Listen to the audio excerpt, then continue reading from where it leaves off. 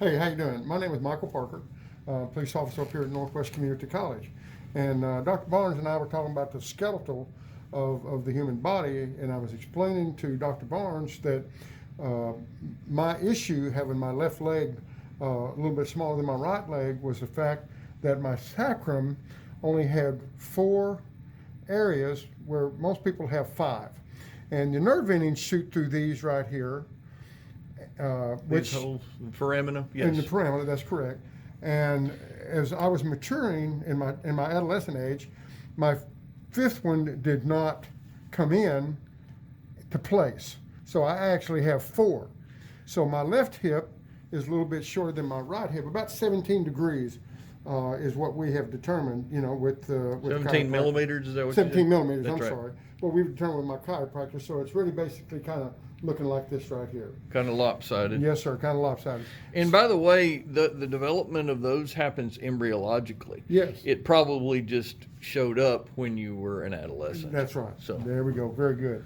So anyhow, what we're going to do to try to correct it, I'm a 72-year-old man, and I just found out about this, believe it or not, about 3 weeks ago. So what we're going to try and do to correct this issue with me of having my left hip a little lower than my right hip is the fact that we're going to put a little pad in my left foot, which is going to raise my heel up just a little bit off, a little bit higher than normal. The issue that we have is that it is about, like as I alluded to earlier, about 17 millimeters, and pads come in different sizes. 1, 2, 3, 4, 5, 6, 7, 8, and 9.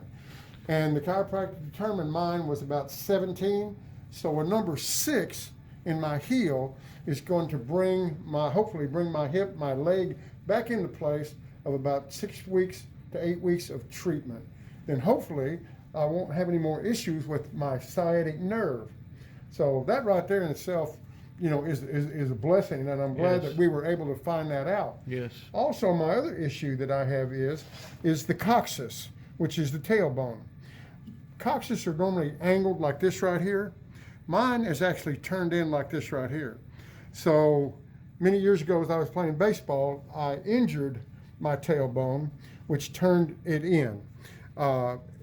It was a little bit of sitting on a whoopee cushion for about 4 weeks to help alleviate the pain and try to get everything, back in rhythm. But it's still like that. It'll be that way the rest of my life.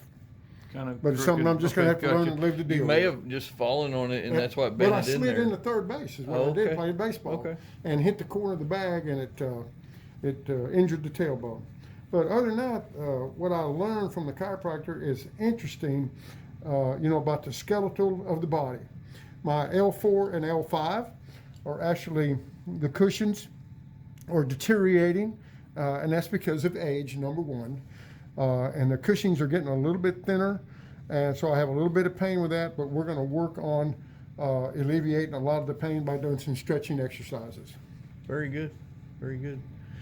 Thanks for illustrating and describing your personal trials on the Anatomage table. Isn't that kind of cool? Oh, yes, sir. This is absolutely amazing. I have never seen anything like this at all. That's cool.